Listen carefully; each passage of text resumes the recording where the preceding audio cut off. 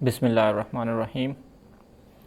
इस वीडियो में मैं आपको बताऊंगा कि डेंस लेयर क्या होती है। डेंस लेयर जिसको फुली कनेक्टेड लेयर भी कहा जाता है, और मैं टेंसरफ्लो का सहारा लूँगा इस वीडियो में डेंस लेयर को एक्सप्लेन करने के लिए। ये कोड आप कोलैब के ऊपर रन कर सकते हैं। इस वक्त मैं कोलैब के ऊपर रन कर रहा हूँ, और इसका जो लिंक है आईपाइथन नोटबुक का वो मैं आपको इसके वीडियो के डिस्क्रिप्शन में दे दूँगा।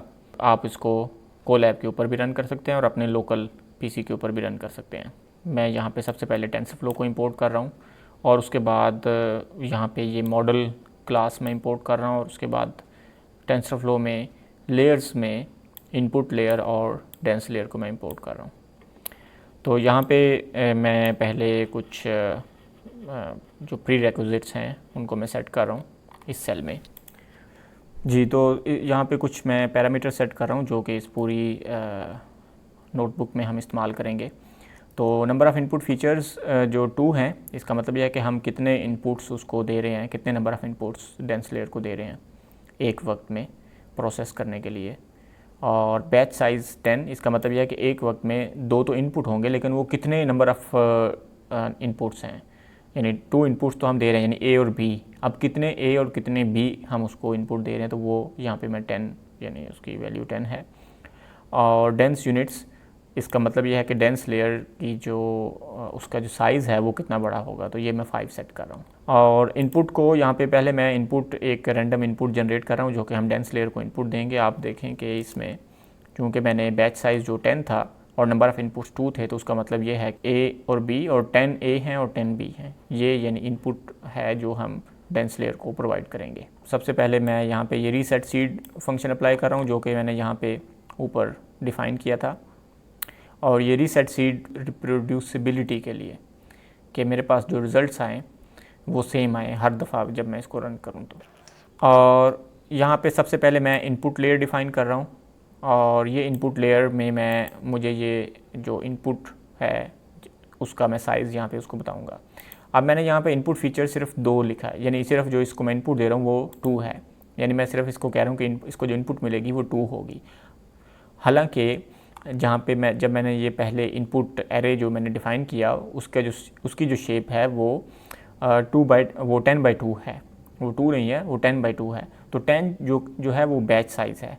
तो टेंसरफ्लो में या केरास में हम जब इनपुट साइज़ जो डिफ़ाइन करते हैं लेयर्स का कि उनको कितनी इनपुट आया कितनी आउटपुट है, उसमें हम बैच साइज़ डिफ़ाइन नहीं करते। बैच साइज़ को ड्यूरिंग रन टाइम वो डिफ़ाइन होता है। तो हम यानी बैच साइज़ 10 है वो डिफ़ाइन नहीं, हम ये करेंगे कि बैच साइज़ के अलावा जो उसकी डिमेंशंस हैं वो हम यहाँ पे उसको इनपुट देंगे। और उसके बाद जो भी इस इनपुट लेयर है इसको मैंने इंस कह दिया, और उसके बाद मैंने यहाँ पे डेंस लेयर डिफ़ाइन की। अब ये डेंस लेयर जो है इसको मैंने डिफ़ाइन करना है कि उसका साइज़ कितना है। उसके बाद क्या वो डेंस लेयर जो है उसमें बायस को इस्तेमाल किया जाए, बायस की टर्म को इस्तेमाल किया जाए या ना किया जाए। फ़िलहाल मैं इसको फॉल्स कह रहा हूँ, और इसके बाद मैं आपको बताऊँगा कि जब हम इसको ट्रू करेंगे तो उसका क्या कॉन्सिक्वेंस होंगे। और उसके बाद इस लेयर को मैं जो नेम दे रहा हूँ वो मैं ख़ुद से नेम दे रहा हूँ माई आउटपुट, क्योंकि इस डेंस लेयर का जो आउटपुट होगा वो मेरा मॉडल का फाइनल आउटपुट है, तो इसलिए मैंने इसको नाम दे दिया मॉडल आउटपुट। और यहाँ पे ये जो पोर्शन है ये बेसिकली इस डेंस लेयर को एग्जीक्यूट कर रहा है, यानी ये जो पोर्शन है यहाँ से लेके यहाँ तक ये इस डेंस लेयर को डिफ़ाइन कर रहा है, और यहाँ पे इस डेंस लेयर को मैं कॉल कर रहा हूँ। और जब मैं इस डेंस लेयर को कॉल कर रहा हूँ तो इसका जो आउटपुट होगा उसको मैंने कह दिया आउट। और उसके बाद मैंने यहाँ पे ये जो मॉडल है टेंसरफ्लो का मॉडल, उसको मैंने कॉल किया, और उसमें मैंने बता दिया कि ये इस मॉडल में हमारे जो मॉडल में इनपुट्स क्या होंगे, इनपुट्स जो हैं वो इंस होंगे, और आउटपुट क्या होगा। यानी बड़ा सिंपल सा मॉडल है जो कि सिर्फ 3 लाइनों पर मुश्तमिल है। पहली लाइन में हमने इनपुट्स डिफ़ाइन किए, दूसरी लाइन में हमने सिर्फ हमारा जो मॉडल है वो सिर्फ एक लेयर के ऊपर मुश्तमिल है, और तीसरी लाइन में हमने जो मॉडल क्लास है उसको डिफ़ाइन किया कि हमारे मॉडल में इनपुट क्या हैं और आउटपुट क्या हैं। तो इसको जब मैं रन करता हूँ इस सेल को, तो इसका आउटपुट कुछ नहीं आएगा, क्योंकि अभी मैंने सिर्फ मॉडल को बिल्ड किया है, यानी टेंसरफ्लो ग्राफ को मैंने बिल्ड किया है। और अगर मैं इस मॉडल को आउटपुट देखना चाहूँ तो मैं मॉडल डॉट प्रिडिक्ट जो मेथड है, डॉट प्रिडिक्ट मेथड जो है वो उसको अप्लाई कर सकता हूँ। और प्रिडिक्ट को जब मैं रन करूँगा तो मुझे जो इस मॉडल को जो मैंने इनपुट यहाँ पे डिफ़ाइन किए थे, इनपुट्स इज इक्वल टू इंस, तो ये मुझे इनपुट ये वैल्यू देनी होगी, एग्जैक्ट वैल्यू मुझे प्रोवाइड करनी होगी कि क्या वैल्यू। तो अब इनपुट क्या है हमारे पास, ये जो numpy का एरे है ये हमारे पास इनपुट है, तो ये हमने यहाँ पे इसको इनपुट देना है। तो जब हमने इसको इनपुट दिया तो जो आउटपुट आएगा उसको मैंने आउट NP, क्योंकि ये numpy की फॉर्म में होगा आउटपुट, तो उसको हमने इस फॉर्म में दे दिया, उसको मैंने ये वेरिएबल डिक्लेयर कर दिया उसको। और इसको जब मैं सेल को रन करता हूँ तो आप देखें कि इसने मुझे जो आउटपुट था उसको प्रिंट कर दिया। तो ये जो एरे है बेसिकली ये जो हमारे पास मॉडल था 3 लेयर्स के ऊपर, बेसिकली एक लेयर के ऊपर ही, जो एक्चुअल लेयर है वो एक है, एक इनपुट लेयर है और एक डेंस लेयर है। तो इन 2 लेयर्स का जो मॉडल है उसका जो आउटपुट है वो ये है, जो एक सिंपल डेंस लेयर का है। और आउटपुट की जो शेप है हमारे पास वो 10/5 है। और ये 10/5 क्यों है, क्योंकि 10 जो है वो बैच साइज़ है और 5 जो है वो हमने यहाँ पे ऊपर डेंस लेयर की जो यूनिट्स थी वो 5 डिफ़ाइन की थी। यानी ये देखें डेंस लेयर जब हमने डिफ़ाइन की तो उसका जो फर्स्ट इनपुट आर्गूमेंट है डेंस यूनिट्स, ये डिफ़ाइन कर रहा है कि हमारे पास जो आउटपुट होगा डेंस लेयर का उसकी जो लास्ट डायमेंशन होगी उसका क्या साइज़ होगा। तो वो लास्ट डायमेंशन जो थी उसका यहाँ पे 5 थी, तो इसलिए यानी मैंने जो सेट किया 5 सेट किया, तो इसलिए लास्ट डायमेंशन का जो साइज़ होगा वो 5 होगा। अब अगर मैं ये जानना चाहूँ कि इस हमारे मॉडल में कितनी लेयर्स हैं, तो मैं मॉडल डॉट लेयर्स का इस्तेमाल करके जान सकता हूँ कि मेरे मॉडल में कितनी लेयर्स हैं। तो यहाँ पे देखें कि 2 लेयर्स हैं, एक इनपुट लेयर और एक dense layer. Basically input layer करती कुछ नहीं, सिर्फ इनपुट लेती है और इनपुट आगे फॉरवर्ड करती है, यानी इसमें कुछ प्रोसेसिंग नहीं होती एज सच। और डेंस लेयर जो है वो उसमें एक्चुअल प्रोसेसिंग हो रही है। और इस वक्त जब मैंने इस मॉडल को रन किया तो जब मैंने ये मॉडल डॉट प्रिडिक्ट रन किया तो बेसिकली इसमें कोई मशीन लर्निंग अभी अप्लाई नहीं हुई, इसमें यानी डीप लर्निंग अभी अप्लाई नहीं हुई। हमने सिर्फ ये देखा हम इस मॉडल को इनपुट्स दें तो डिफ़ॉल्ट जो इस मॉडल के जो वेट्स हैं उनको इस्तेमाल करते हुए इसका आउटपुट क्या होगा। यानी इसमें अभी हमने बैक प्रोपिगेशन और पैरामीटर ट्रेनिंग कुछ नहीं किया, यानी वेट्स और बायसेस की जो ऑप्टिमाइजेशन है वो अभी हमने नहीं की। और अगर हम ये देखना चाहें कि किसी एक इस पूरे मॉडल में से जो हमारे पास, जिसको हमने मॉडल नाम दिया स्मॉल m, यहाँ पे ये देखें कि कैपिटल M जो मॉडल हमने इंपोर्ट किया था कैपिटल M से, और उसको हमने नाम दे दिया स्मॉल m। और अगर हम ये देखना चाहिए कि इस मॉडल में कि जो लेयर हैं कोई ख़ास लेयर को अगर हम वो ऑब्टेन करना चाहें तो उसको हम बाय नेम भी हम उस लेयर को हासिल कर सकते हैं। और यहाँ पे आप देखें कि मैंने जो माई आउटपुट इस डेंस लेयर का नाम रखा था, हम माई आउटपुट को इस्तेमाल करते हुए, उस स्ट्रिंग को इस्तेमाल करते हुए उस लेयर को हासिल कर सकते हैं। तो जब मैं इसको रन करूँगा इस सेल को तो इसका भी आउटपुट कुछ नहीं होगा, क्योंकि हमने सिर्फ उसको डिक्लेयर कर दिया, एक नए वेरिएबल को वो दे दिया। हमने कहा डेंस लेयर जो है वो ये डेंस लेयर है। और अब अगर हम ये जानना चाहें कि ये जो डेंस लेयर है इसको इनपुट क्या मिल रहा है और इसका आउटपुट क्या मिल रहा है, तो इसके इनपुट की क्या शेप होगी, उसके लिए हम ये देख सकते हैं कि इसने डॉट इनपुट शेप जो प्रॉपर्टी है उसका इस्तेमाल करते हुए हम ये जो इस डेंस लेयर को इनपुट मिल रहा है उसकी क्या शेप होनी चाहिए, उसकी ये शेप होगी none 2। तो नन जो है वो बेसिकली बैच साइज़ को रिप्रेजेंट कर रहा है। ये नन बेसिकली इस केस में 10 था, लेकिन ये कुछ भी हो सकता है, ज़रूरी आप इसको चेंज कर सकते हैं और ये रन टाइम के ऊपर डिफ़ाइन होता है। तो इसलिए बैच साइज़ जो है वो नन है यहाँ पे आएगा, और जो कि इस केस में हमारे पास 10 है, और जो दूसरा साइज़ है उसके अलावा बैच साइज़ के अलावा जो है वो 2 है। और ये लेयर आउटपुट क्या देगी, ये लेयर जो आउटपुट देगी उसका साइज़ क्या होगा, उसका साइज़ नन 5 होगा। 5 चूँकि उसकी जो नंबर ऑफ़ यूनिट्स थी वो 5 है।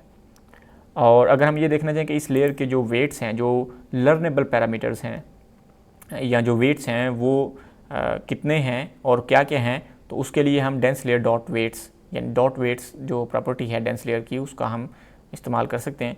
तो आप देखें कि जब मैं इसको रन करता हूं तो इसने मुझे एक लिस्ट इसने आउटपुट दी। यहाँ पे आप देखें कि ये जो इसका आउटपुट है वो एक लिस्ट है, क्योंकि ये स्क्वायर ब्रैकेट्स में इनक्लोज्ड है, और इसके अंदर सिर्फ एक इनपुट है, और वो इनपुट क्या है, वो एक एरे है। और ये जो एरे है इसकी जो शेप है वो 2 5 है। इसकी जो शेप है, आप इसको अगर इसकी जो शेप मालूम करें तो वो आप देखें कि नेक्स्ट उसमें मैं इसकी शेप जब प्रिंट करता हूँ तो वो 2 5 है। तो यानी ये जो एरे है बेसिकली ये जो वैल्यूज़ हैं ये इस डेंस लेयर की वेट्स हैं, और इन डेंस लेयर इसकी जो वेट्स हैं अगर हम उनको एज इट इज़ हासिल करना चाहें नमपाई की फॉर्म में, तो उसके लिए हम ये जो कोड है ये इस कमांड को इस्तेमाल करेंगे। और ये देखें उसकी जो शेप है वो 2 5 है। 2 जो है वो इनपुट था, जो डेंस लेयर को इनपुट मिल रहा था उसका साइज़ जो था वो 2 था, और 5 जो है वो उस डेंस लेयर का अपना हमने साइज़ डिक्लेयर किया, बेसिकली उसकी जो वेट मैट्रिक्स का साइज़ हमने डिक्लेयर किया। तो ये 2 5 उस वेट मैट्रिक्स का जो साइज़ है वो ये, उसका जो शेप है वो ये होगा। और अगर हम डेंस लेयर को यानी डेंस W यानी डेंस के जो वेट्स हैं, अगर हम इसको यहाँ पे अब प्रिंट करें, चूँकि हमने अब यहाँ पे उनको वेट्स नमपाई की फॉर्म में उसको हासिल किया इस कमांड से, तो आप देखें कि ये वही वाले वेट्स हैं जो हमने जब यहाँ पे ऊपर प्रिंट किए थे। लेकिन अब ये क्या है, अब ये हमारे पास एक नमपाई की फॉर्म में है। तो अभी तक हमने देखा कि नमपाई जब हमने अपना मॉडल रन किया तो उस मॉडल में कुछ वेट्स थे डेंस लेयर के, और हमने उस मॉडल को इनपुट दिया, और इनपुट हमने क्या दिया, हमने उसको ये इनपुट दिया और उस मॉडल ने हमें ये आउटपुट दे दिया। अब ये इनपुट और वेट्स कोई क्या कम्बिनेशन हुआ कि हमारे पास ये आउटपुट आ गया, तो इसको हम मालूम कर सकते हैं। ये बेसिकली सिंपल मल्टीप्लिकेशन है, एलिमेंट वाइज या मैट्रिक्स मल्टीप्लिकेशन है इनपुट की और वेट मैट्रिक्स की। हम इसको वेरीफाई कर सकते हैं। आप ये देखें numpy.matmul, हम ये जो फंक्शन है numpy का ये बेसिकली मैट्रिक्स मल्टीप्लिकेशन का फंक्शन है, और इसमें हम जोन से भी 2 मैट्रिक्सेस देंगे, ये उनको आपस में मल्टीप्लाई कर देगा। तो आप देखें कि जब मैंने इनपुट एरे, ये इनपुट NP वही इनपुट है जो हमने अपने मॉडल को इनपुट दिया था, और डेंस W ये जो उस हमारे मॉडल की जो डेंस लेयर के जो वेट्स हैं ये वो हैं। तो जब हम इसको इन दोनों को आपस में मैट्रिक्स मल्टीप्लिकेशन करते हैं तो इसका जो आउटपुट है वो एग्जैक्टली सेम है जो हमारे पास ऊपर मॉडल का आउटपुट था। तो आप देखें मॉडल का आउटपुट और हमारे पास जो यहाँ पे इनपुट और डेंस की जो वेट्स हैं उनको मल्टीप्लाई करने से जो हमारे पास आउटपुट आया दोनों सेम है। यानी डेंस लेयर क्या करती है, डेंस लेयर सिंपली इनपुट्स और वेट्स का एलिमेंट वाइज मल्टीप्लिकेशन है, ये डेंस लेयर का काम करता है। इसके बाद अगर हमने पहले जो बायस टर्म थी वो फॉल्स उसको सेट किया था, इसका मतलब इसमें कोई बायस नहीं इस्तेमाल होगी। लेकिन अगर हम बायस को ट्रू कहें तो यहाँ पे ये देखें कि मैंने जो यूज़ बायस का जो आर्गूमेंट है उसको मैंने ट्रू कहा। इसका मतलब क्या है, इसका आप देखें जब मैं इसको रन करता हूँ और इसका जो आउटपुट आता है वो एग्जैक्टली सेम है, यानी ये जो आउटपुट है ये वही आउटपुट है जो पहले आया था, अगरचे कि हमने बायस जो है उसको ट्रू उसको भी इस्तेमाल किया। यहाँ पे आप देखें कि जब मैं इसके जो वेट्स हैं उनको जब मैं प्रिंट करता हूँ तो यहाँ पे उसने अब पहले जब वेट्स थे उसने सिर्फ एक वैल्यू प्रिंट की थी, सिर्फ ये नमपाई एरे जो था ये उसने प्रिंट किया जिसकी साइज शेप जो है वो 5/2 है। लेकिन इस दफ़ा इसने जो हमारे पास डेंस लेयर डॉट वेट्स जो कि एक लिस्ट है, इसके अंदर 2 एलिमेंट्स हैं, एक वेट है जिसको उसने कर्नल कहा और दूसरा बायस है। और ये बायस जो है इसकी क्या शेप है, इसकी शेप जो है वो सिंपली वो एक एरे है और उसकी शेप 5 है। और ये देखें ये सारे के सारे 0 हैं। और इस बायस को इस्तेमाल करने के बावजूद जो आउटपुट था वो सेम क्यों था जब बायस हमने इस्तेमाल नहीं की, उसकी वजह यह है कि स्टार्ट में जो बायस की वैल्यू है बायस एरे की वो 0 है। तो चूंकि ये 0 है तो हमारे पास जो डेंस लेयर की इक्वेशन बनेगी वो ये इक्वेशन बनेगी y = ax + b, जबकि x जो है वो इनपुट है और a जो है वो बेसिकली वेट मैट्रिक्स है और b जो है वो बायस टर्म है। तो बायस चूँकि 0 है इसलिए हमारे पास जो y था वो सेम आया, यानी जो y का मतलब जो आउटपुट था वो सेम आया जो जब हमने बायस टर्म इस्तेमाल की या ना की। तो अब हम जो बायस टर्म है उसको हम 0 के अलावा कुछ और भी कह सकते हैं कि नहीं 0 से इनिशिएट ना करो, कोई और चीज़ इस्तेमाल करो। मसलन बायस इनिशियलाइज़र अगर हम 1 कर दें तो इसका क्या मतलब होगा, इसका मतलब ये होगा कि ये जो बायस एरे है यहाँ पे ये 0 नहीं होगा, ये सारे 1 होंगे। तो इसका इम्पैक्ट क्या होगा, अब इसकी वजह से आउटपुट जो हमारे पास मॉडल का आउटपुट होगा वो चेंज होगा। आप ये देखें कि ये जो आउटपुट है ये पिछले आउटपुट के से चेंज है। तो बेसिकली हुआ क्या है इसमें, आप देखें यहाँ पे ये -13 है, यहाँ पे -12 है, तो बेसिकली -13 में 1 ऐड कर दिया गया।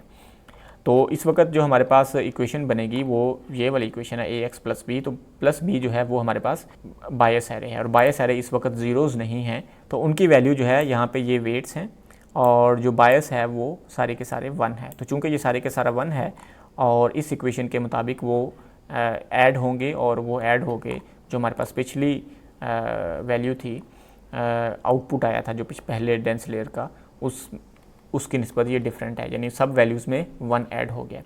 और अब हम यहाँ पे दोबारा से वेरीफाई कर सकते हैं कि हमारे पास जो यानी सेम जो आउटपुट है हमारे पास, जो नमपाई जो डेंस लेयर मॉडल का जो आउटपुट है, हम सेम आउटपुट लाइन से भी हम हासिल कर सकते हैं नमपाई को इस्तेमाल करते हुए। तो यहाँ पे क्या हो रहा है, मैं पहले मल्टीप्लाई कर रहा हूँ इनपुट को वेट्स के साथ, और उसमें मैं यहाँ पे बायस से ऐड कर रहा हूँ। तो आप देखें कि इसका जो आउटपुट है वो एग्जैक्टली सेम है, -12 यहाँ पे और -12 यहाँ पे। यानी यहाँ पे ये जो आउटपुट था, पहले मैंने मॉडल टेंसरफ्लो में एक डीप लर्निंग का मॉडल यानी एक डेंस लेयर मॉडल बिल्ड करके ये आउटपुट हासिल किया, और यहाँ पे ये जो आउटपुट है वो सिंपली एक नमपाई को इस्तेमाल करते हुए सेम आउटपुट, यानी नमपाई को इस्तेमाल करते हुए भी हमने एक डेंस लेयर मॉडल बिल्ड किया।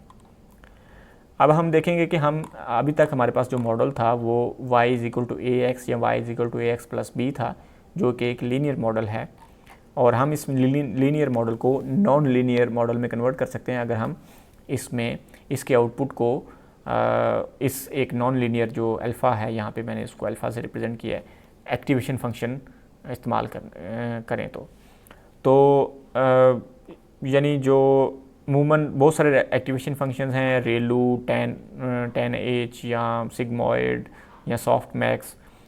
तो मैंने यहाँ पे रेलू फंक्शन इस्तेमाल किया है। यहाँ पे देखें मैंने activation function, activation is equal to ReLU. तो रेलू क्या करता है, रेलू ये करता है कि आपके पास 0 से कम जो वैल्यूज़ हैं वो 0 हो जाती हैं जो इनपुट में, और 0 से प्लस जो वैल्यू हैं वो एज इट इज़ रहती हैं। यानी हमारे पास इस पूरे ये जो पूरा ऑपरेशन है ax + b में जो वैल्यू 0 से कम होंगी वो 0 हो जाएंगी, जो नेगेटिव में होंगी वो 0 हो जाएंगी, और जो प्लस में होंगी वो एज इट इज़ रहेंगी। तो अभी हम देखें कि हमारे पास ये जो पहले जो आउटपुट आया था इसमें कुछ वैल्यूज़ जो हैं वो माइनस हैं, तो ये सारी माइनस की वैल्यूज़ जो हैं ये 0 हो जाएंगी, और जो प्लस वाली वैल्यूज़ हैं वो एज इट इज़ रहेंगी। तो एक्टिवेशन को इस्तेमाल करने के लिए यहाँ पे मैंने एक्टिवेशन इज इक्वल टू और ये रेलू एक स्ट्रिंग मैंने यहाँ पे इस्तेमाल किया। और जब हम देखें कि मैंने ये जो 3 लाइनें हैं मैंने इससे मॉडल बिल्ड किया, और उसके बाद यहाँ पे मैं model.predict उस मॉडल का आउटपुट देखना चाह रहा हूँ। तो जब मैं इसको रन करता हूँ तो इसका आउटपुट आप देखें कि इसने जो नेगेटिव वैल्यूज़ थी वो सारी की सारी उसने उनको 0 कर दिया, और जो उसके अलावा जो पॉजिटिव वैल्यूज़ हैं उसने उनको एज इट इज़ रहने दिया। देखें 9.15 और यहाँ पे भी 9.15 जो पॉजिटिव वैल्यूज़ हैं वो एज इट इज़ रहीं, और जो नेगेटिव वैल्यूज़ हैं उनको 0 कर दिया। और ये क्यों हुआ, क्योंकि हमने एक्टिवेशन फंक्शन रेलू इस्तेमाल किया। और अब हम सेम काम नमपाई में भी कर सकते हैं, और आप ये देखें कि यहाँ पे मैंने एक नमपाई में रेलू फंक्शन उसको लिखा, और उसके बाद यहाँ पे मैं ये रेलू फंक्शन जो है इसको इनपुट क्या दे रहा हूँ, इसको इनपुट मैं दे रहा हूँ matrix multiplication of input and weight matrix, and उसमें प्लस कर रहा हूँ ये यहाँ पे बायस। तो यानी बायस प्लस ax प्लस a, यानी ये a है multiply by x plus b, और ये सारे के सारा इनपुट किस में जा रहा है, रेलू में, जो कि सेम यही इक्वेशन है। तो इसको जब मैं नमपाई वेरिएंट को एग्जीक्यूट करता हूँ तो इसका जो आउटपुट है वो एग्जैक्टली सेम है जो हमने टेंसरफ्लो का जो मॉडल था उसको बिल्ड करने से हमारे पास जो आउटपुट आया था। उसके बाद टेंसरफ्लो में मैं आपको बताऊंगा कि हमारे पास जो डेंस लेयर की जो वेट्स हैं जो अभी हमने देखे, जिनकी वैल्यू जो थी हमने यहाँ पे देखा, ये जो डेंस लेयर के जो वेट्स हैं ये उसकी वैल्यूज़ इनिशियल वैल्यूज़ है। लेकिन अगर हम चाहें कि इनिशियल वैल्यूज़ ये ना हो, कुछ और हों, या किसी भी वक्त अगर हम सेट करना चाहें कि डेंस लेयर या कोई सी भी और लेयर वो कोई स्पेसिफिक वेट्स इस्तेमाल करे, यानी वो जो उसने ख़ुद से वेट्स कैलकुलेट किए हैं वो ना हो, बल्कि हम खुद से उसको वेट प्रोवाइड करना चाहें कि वो वाले वेट इस्तेमाल करे, तो हम डेंस लेयर के जो वेट्स हैं वो खुद से भी उसको प्रोवाइड कर सकते हैं। इस केस में हम देखें कि हम चाह रहे हैं कि जो हमने पहले वेट्स ऊपर देखे, हम चाहते हैं कि वो वाले वेट्स इस्तेमाल ना हो, बल्कि ये वाले वेट्स जो कि 1 2 3 4 ये कोई सेंस इनकी नहीं बनती, लेकिन फिर भी हम सिर्फ देखना चाह रहे हैं कि अगर हम ये वाले वेट्स इस्तेमाल करना चाहें और जो बायस है वो ज़ीरोज़ हो, सारी की सारी ये हो। पहले हम यानी रीसेट सीड, उसके बाद इनपुट डिफ़ाइन करेंगे, उसके बाद डेंस लेयर उसी तरह से पहले, और उसके बाद जो डेंस लेयर का जो आउटपुट है वो हम यहाँ पे हासिल कर रहे हैं। डेंस लेयर को बेसिकली ये डेंस लेयर को डिफ़ाइन कर रहे हैं और ये डेंस लेयर को हम कॉल कर रहे हैं। पहले हमने दोनों चीज़ें एक ही लाइन में करते थे और उसके बाद यहाँ पे मैं मॉडल को डिफ़ाइन कर रहा हूँ और मॉडल को डिफ़ाइन करने के बाद मैं कह रहा हूँ कि ये जो डेंस लेयर है हमारे पास, ये जो डेंस लेयर थी इसमें डॉट सेट वेट्स, तो इसके वेट्स को अगर मैं सेट करना चाहूँ, इसके यानी जो पैरामीटर्स हैं उसको अगर मैं सेट करना चाहूँ तो डॉट सेट वेट्स इस मेथड को इस्तेमाल करके मैं इसके वेट्स सेट कर सकता हूँ। और इसकी जो इनपुट है वो सेम होना चाहिए जब हमने वेट्स यानी जब हमने उसके वेट्स हासिल किए, गेट किए। आप ये देखेंगे जब हमने डेंस लेयर डॉट वेट्स यानी जब हमने ये मेथड अप्लाई किया तो उसने हमें आउटपुट क्या दिया, एक लिस्ट, और उस लिस्ट में दो मेंबर थे, एक वेट और एक बायस। तो जब हम वेट सेट करना चाहें तो उसमें भी वो एक लिस्ट होनी चाहिए और उस लिस्ट के उतने ही मेंबर होने चाहिए जितने उस लेयर के पैरामीटर्स हैं। तो उस लेयर के दो पैरामीटर हैं डेंस लेयर के, एक जो उसके वेट्स हैं और एक उसके जो बायस है, और उनकी शेप एग्जैक्टली सेम होनी चाहिए। तो आप देखें जब मैं इसको रन करता हूँ तो ये सक्सेसफुली रन हो गया। इसका मतलब ये है कि हमने डेंस लेयर को ये वाले वेट सेट कर दिए, जो इसके पहले वेट थे वो नहीं, अभी जो करंट वेट हैं हमने जो कस्टमाइज, यहाँ पे मैंने इसको मॉडल डॉट प्रिडिक्ट दिया तो इसने, अब ये जो आउटपुट है ये काफ़ी डिफरेंट है पहले आउटपुट से। क्यों? क्योंकि इस वक्त जो वेट्स थे वो डिफ़ॉल्ट वेट्स जो इनिशियलाइज हो रहे थे वो नहीं थे, बल्कि ये वाले वेट्स हैं जो हमने, और ये हम यहाँ पे देख सकते हैं जो वेट्स हैं डेंस लेयर के, वो ये देखें ये उसके वेट्स हैं। और दोबारा से हम इसको वेरीफाई कर सकते हैं कि जो हमने डेंस लेयर का मॉडल टेंसरफ्लो के थ्रू बिल्ड किया, हम वही मॉडल नमपाई के थ्रू भी इस एक सिंगल लाइन से बिल्ड कर सकते हैं और इसका आउटपुट भी सेम है जो हमारे पास ऊपर आउटपुट आया। और इसके बाद एक और फंक्शन जिसके लिए डेंस लेयर इस्तेमाल होती है वो है डायमेंशनैलिटी रिडक्शन। डायमेंशनैलिटी रिडक्शन का क्या मतलब है? लेट्स से कि डेंस लेयर को हम इनपुट दे रहे हैं 10, 20, 30। इसमें 10 जो है वो बैच साइज़ है डेफिनेटली, और जो इनपुट है वो 20/30 का एक मैट्रिक्स है। तो डेंस लेयर क्या करेगी, जो उसकी लास्ट डायमेंशन होगी यानी 30 को 1 में कन्वर्ट कर देगी, अगर प्रोवाइडेड कि हमारे पास जो हम डेंस लेयर की नंबर ऑफ़ यूनिट्स जो हैं वो 1 सेट करते हैं। तो इस पर्पज़ के लिए भी यानी डायमेंशनैलिटी रिडक्शन, पहले हमारे पास इनपुट जो था वो ये था, एक वैल्यू जो थी वो ये थी, हम इसको इसमें कन्वर्ट कर सकते हैं अगर हम डेंस लेयर की जो नंबर ऑफ़ यूनिट्स हैं वो 1 सेट करें।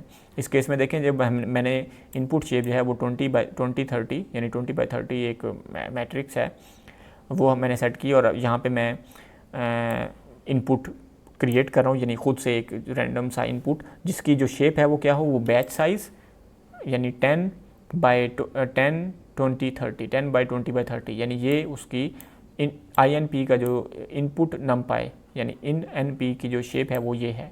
और मैं यहाँ पे डेंस लेयर की जो नंबर ऑफ़ यूनिट्स हैं वो मैंने 1 सेट किया। इसका मतलब क्या है कि ये इसकी लास्ट डायमेंशन जो कि इस केस में 30 है, ये कुछ भी हो उसको 1 में कन्वर्ट कर देगा। तो आप देखें कि जब मैं इस सेल को रन करता हूँ तो इसका जो आउटपुट हमारे पास आता है वो यानी इनपुट इस डेंस लेयर को जो इनपुट था वो 10, 20, 30 था, और इस डेंस लेयर का जो आउटपुट था वो 10, 20, 1 था। तो डेंस लेयर अमूमन हम इसको मॉडल के जो लास्ट लेयर के तौर पे भी इस्तेमाल करते हैं कि जिसमें हम जो आउटपुट है उसकी डायमेंशनैलिटी यानी उसकी डायमेंशनैलिटी को रिड्यूस करके जो हमारे पास रिक्वायर्ड डायमेंशन होती है उस डायमेंशन में हम उसका आउटपुट चाह रहे होते हैं। तो इस ट्यूटोरियल में मैंने आपको बताया कि हम डेंस लेयर क्या होती है, उसके अंदर क्या होता है। तो उसके अंदर बेसिकली सिंपल मैट्रिक्स मल्टीप्लिकेशन है यानी AX + B जो सिंपल लाइन फिटिंग का एक इक्वेशन है, वो एक इक्वेशन है AX + B, लेकिन हम उसको उसमें नॉन लीनियरिटी ऐड कर सकते हैं एक्टिवेशन फंक्शन का इस्तेमाल करते हुए। और उम्मीद है आपको इस ट्यूटोरियल की इसने आपकी अंडरस्टैंडिंग में इजाफ़ा किया होगा। मुझे इजाज़त दीजिए, अल्लाह हाफिज़।